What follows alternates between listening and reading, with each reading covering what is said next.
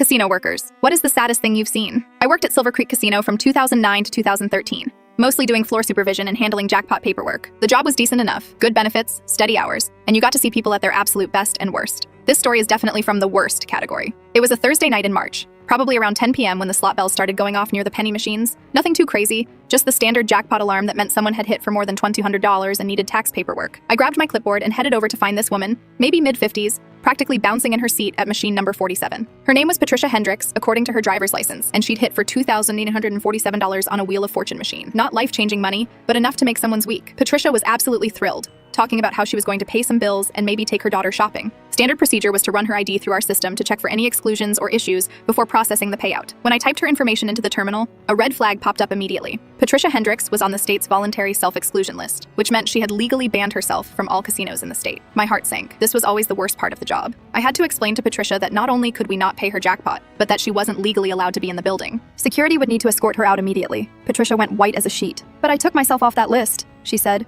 her voice shaking. "I called 3 weeks ago and removed my name. I have the confirmation number." Our system showed she was still excluded, but sometimes there was a delay between the state updating their records and us getting the updated list. I called over my manager, Derek, who decided to download the most current exclusion list directly from the state database. Sure enough, Patricia had removed herself from the exclusion list 22 days earlier, which met the required 21-day waiting period. Her jackpot was legitimate. Derek and I processed her paperwork, and Patricia signed all the tax documents with hands that were visibly shaking. She kept apologizing for the confusion and seemed genuinely embarrassed about the whole exclusion list situation. When I handed her the check for $2,847, she actually teared up a little. "This is going to help so much," she said. "My car payment is behind, and my daughter needs new school clothes." I wished her good luck and went back to my rounds. About 20 minutes later, I noticed Patricia was still in the casino. She'd cashed her jackpot check at our cage and was back at the same Wheel of Fortune machine, feeding $20 bills into it. Over the next 3 hours, I watched Patricia methodically put every single dollar of her jackpot winnings back into that machine. When the jackpot money ran out, she made her first trip to the ATM, then a second trip an hour later. By 2 a.m., she'd made 4 separate ATM withdrawals, each for the maximum $300 daily limit spread across different cards. Patricia never moved from that machine except to get cash or use the bathroom. She had this glazed, mechanical look that I'd seen before on problem gamblers. Her earlier excitement was completely gone,